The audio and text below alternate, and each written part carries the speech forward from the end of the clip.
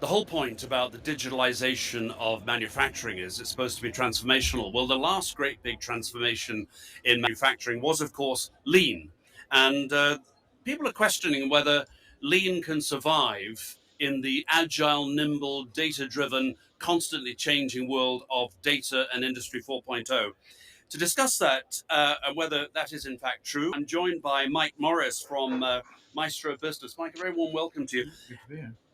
Did I posit that correctly? That there is actually a discussion over whether lean can survive in the days of 4.0? Yeah, I definitely think so because for better or worse, lean has gained that reputation of being basically what is it? The elimination of waste. Now, there's much more to lean than that, of course, but uh, elimination of waste where? How do I do that? And a lot of it is touchy feely, or it comes down to, let's say, for example, a Kaizen event where I'm going to take this process, I'm going to optimize that process, I'm going to get it down from 1 hour, say, to 50 minutes. I've done a great job. But the only problem is, it then waits another 3 or 4 days before we go on to the next process of another hour. So, in principle, what we would do is take, say, for example, five individual processes, take 1 hour each. In traditional manufacturing and traditional lean, what they would do is allow for 2 or 3 days for each process. Therefore, you're at 10 or 15 days.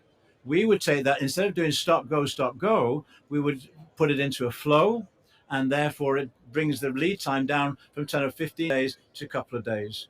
Therefore, there's far less half finished product laying around on the floor in cash, and it can be converted into cash and go back into the bank instead of back on the floor.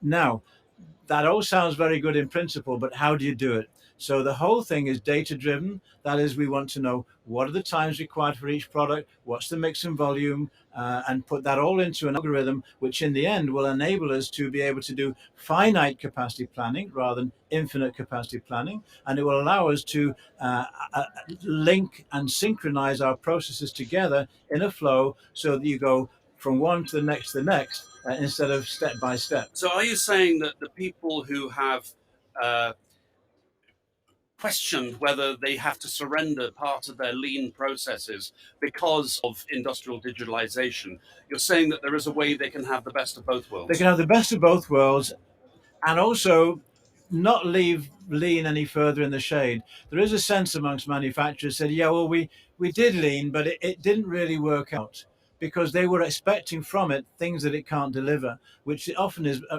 significant, tangible bottom line benefits. And it looks good, it feels good where they did it, but it doesn't come through to the bottom line. So therefore, management is thinking, well, why did we spend all that?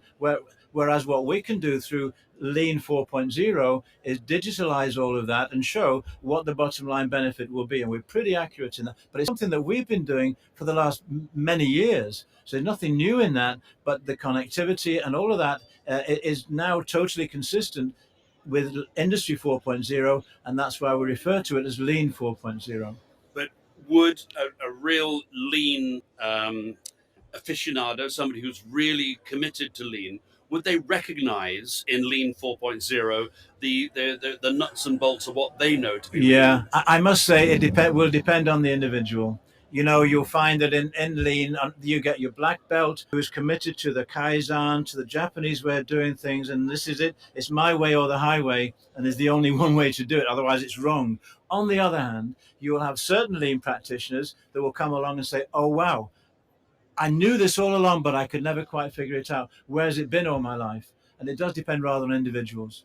What you're suggesting is that lean as a discipline can sometimes overtake the process. It becomes the end in It itself. becomes the end in itself. It's a little bit, it gets to be a bit of religion. You know, I've got to do it this way, otherwise I'm going to get it wrong. So it does depend on it. Now, that's not to say there's anything wrong with traditional lean. It can still do stuff. It's still good to make the place tidy, do your 5S, do your Kaizen, but you've got to know where to go to get the benefit down to the bottom line, not just eliminate waste wherever it happens to be. Well, Mike, thank you very much indeed. That Yeah, has been really, really great. enlightening. Yeah, yeah.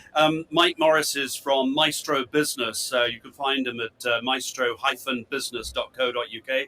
Mike, many thanks for You're joining us on welcome. the TN Thank you, Nick. Studio. Yeah, take care. All right.